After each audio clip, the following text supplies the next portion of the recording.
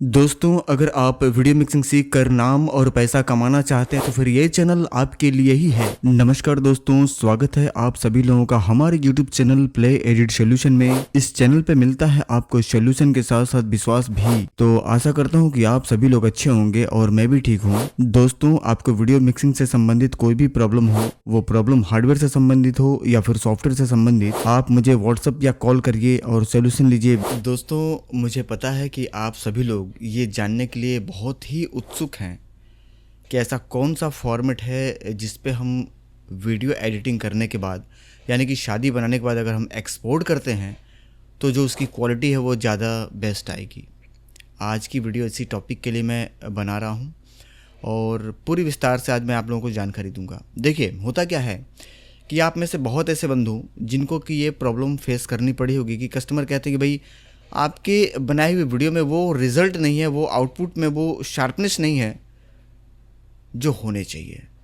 मैं इससे पहले कहीं और वीडियो एडिटिंग कराता था और उनके बनाए हुए कैसेट बहुत ज़्यादा बहुत ज़्यादा क्लियर चलते हैं आपके कैसेट के मुकाबले। उनकी पिक्चर क्वालिटी आपसे ज़्यादा बेस्ट है और उनके वीडियो को जब मैं प्ले करता हूँ तो उस पर जो एक क्लियरिटी होनी चाहिए, एक जो परफेक्ट क्लियरिटी, वो मुझे आपके वीडियो में नहीं मिलते। इसमें थोड़ा सा समझना ये ज़रूरी है कि आखिर ऐसा क्यों होता है, किस फॉर्मेट पे हम एक्सपोर्ट करेंगे तो वो रिज़ल्ट अच्छी आएगी, और जो अब तक मैं एक्सपोर्ट करता आया हूँ या जिस क्वालिटी में आज तक मैं वीडियो को निकाल रहा हूँ, क्या वो सही फॉर्मेट नहीं है? अगर है तो फिर उसमें और क्या क्या चेंज करने की ज़रूरत है, ये सारी बिंदुओं को समझना बारीकी के साथ बहुत ज़रूरी है। चलिए, सबसे पहले हम आपको जानकारी ये देते हैं कि वो कौन सा फॉर्मेट है जिस पे वीडियो को एक्सपोर्ट करना चाहिए और उस फॉर्मेट के अंदर और क्या क्या सेटिंग्स बदलने हैं जिसकी वजह से वो पिक्चर और ज़्यादा क्लियर हो जाएगा। साथ ही साथ ये भी आपके लिए जानना ज़रूरी है कि क्या वो सभी टीवी को सपोर्ट करते हैं या नहीं करते हैं, क्योंकि आप लोगों ने कई बार ऐसा भी देखा होगा कि कुछ वीडियो फाइल आपने बना दी, एक्सपोर्ट कर दी, और कुछ लोगों का ये कहना है कि सर मैंने जिस टीवी पे प्ले करी उस टीवी पे आपकी फ़ाइल प्ले नहीं हुई। कुछ लोगों का ये भी कहना है कि सर आपने 4 पार्ट दिए थे, बड़े ध्यान से समझिएगा, आपने 4 पार्ट दिए थे। टाइटल गणेश जी के साथ सॉन्ग प्रोजेक्ट का एक अलग होता है, 2 या 3 आपके मेन कंप्लीट शादी हो गई 1.5 घंटे की या 1-1 घंटे की वो, और एक लास्ट में टाइटल सॉन्ग या फिर हाईलाइट जो भी आप देते हैं।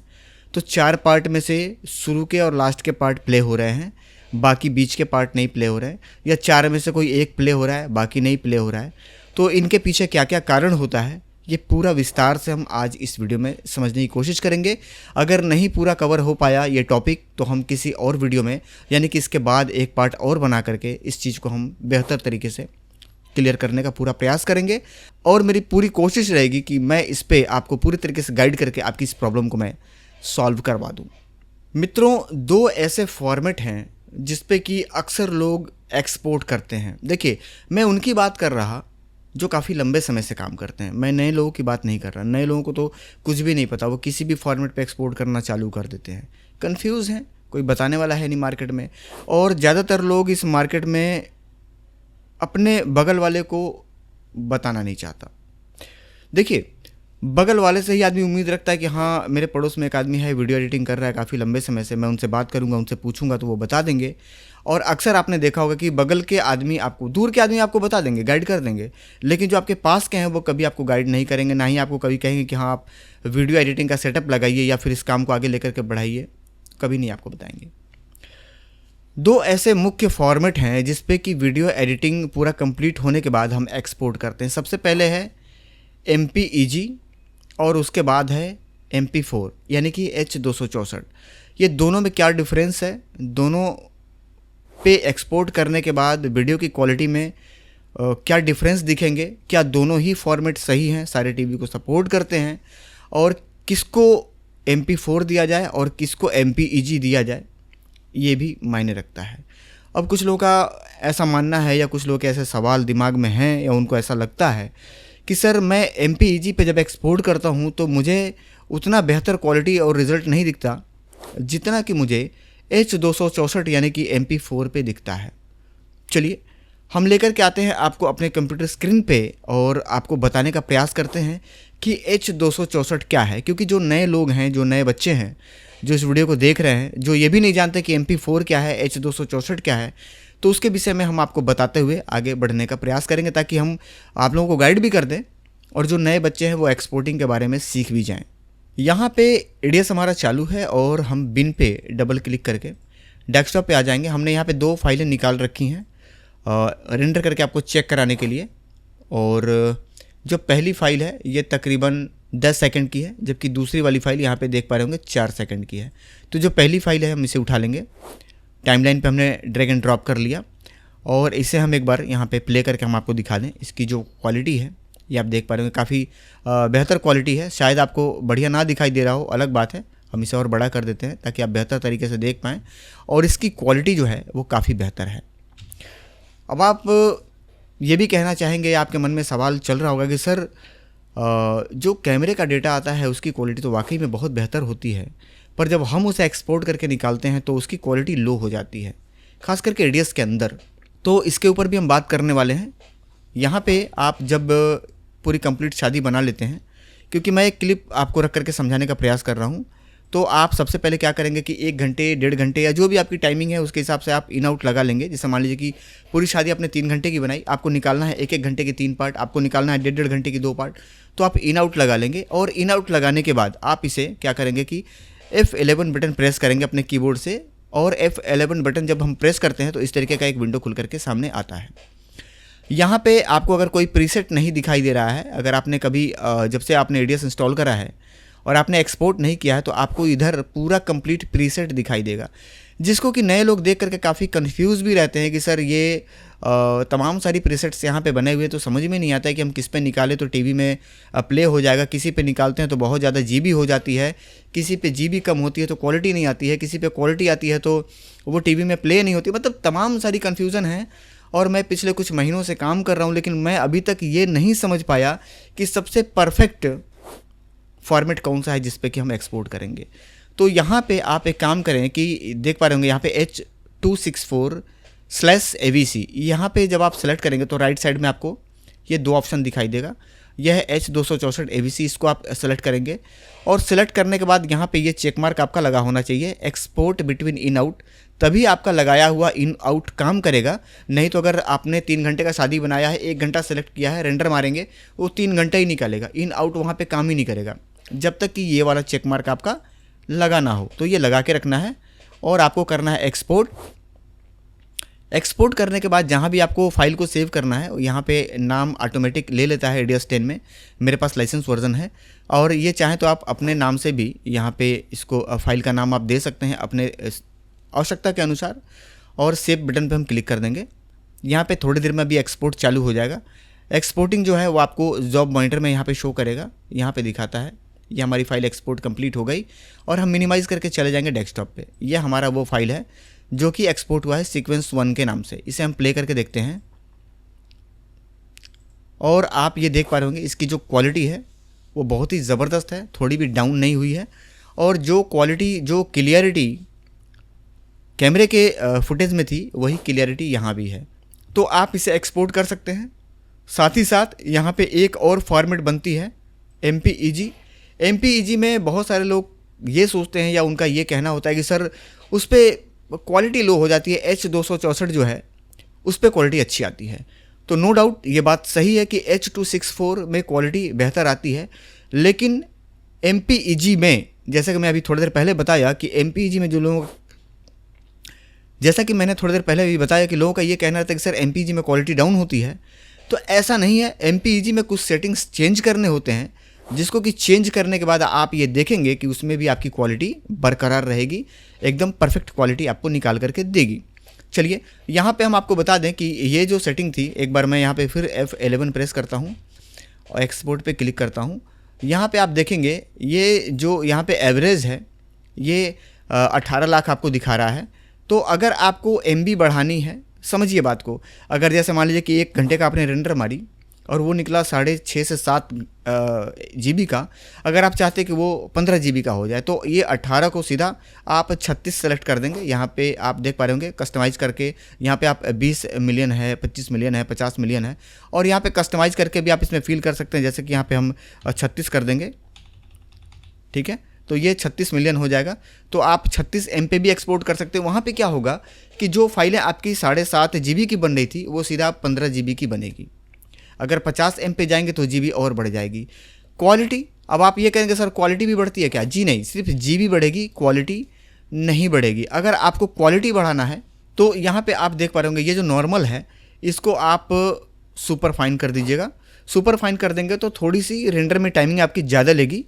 क्वालिटी मैंने, देखिए जो मैं सच है वही बताता हूँ, मैं आज तक किसी को मिसगाइड करने का काम नहीं किया।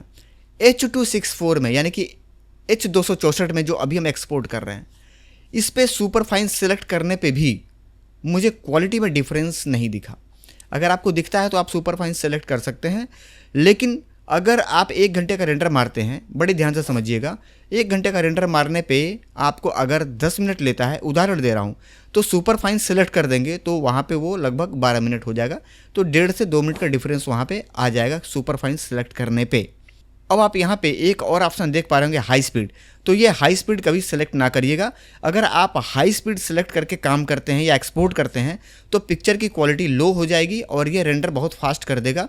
रेंडर फास्ट तो कर देगा लेकिन पिक्चर की क्वालिटी जो है वो डाउन कर देगा। कभी भी जब भी आप किसी फाइल को एक्सपोर्ट करते हैं तो जब एक्सपोर्टिंग में जो प्रोसेस है समझिए बड़ी ध्यान से, अगर बहुत फास्ट आप चाहते हैं एक्सपोर्टिंग हो तो वीडियो में क्वालिटी आपको उतनी नहीं मिलेगी जितनी की आप उम्मीद रखते हैं। और जब उस फाइल को आप एक्सपोर्ट करते में टाइम ज़्यादा लेगा, यानी कि कंप्रेस होकर बेहतर तरीके से फाइल को वो निकालेगा आपका सॉफ्टवेयर, चाहे कोई भी सॉफ्टवेयर हो, चाहे आप वीडियो ही क्यों ना कन्वर्ट कर रहे हो, टाइम ज़्यादा लेगा तो आपको पूरा बेहतर रिजल्ट वो निकाल करके देगा। अब यहाँ पर टाइम लेने का मतलब दूसरा ना समझ लीजिएगा।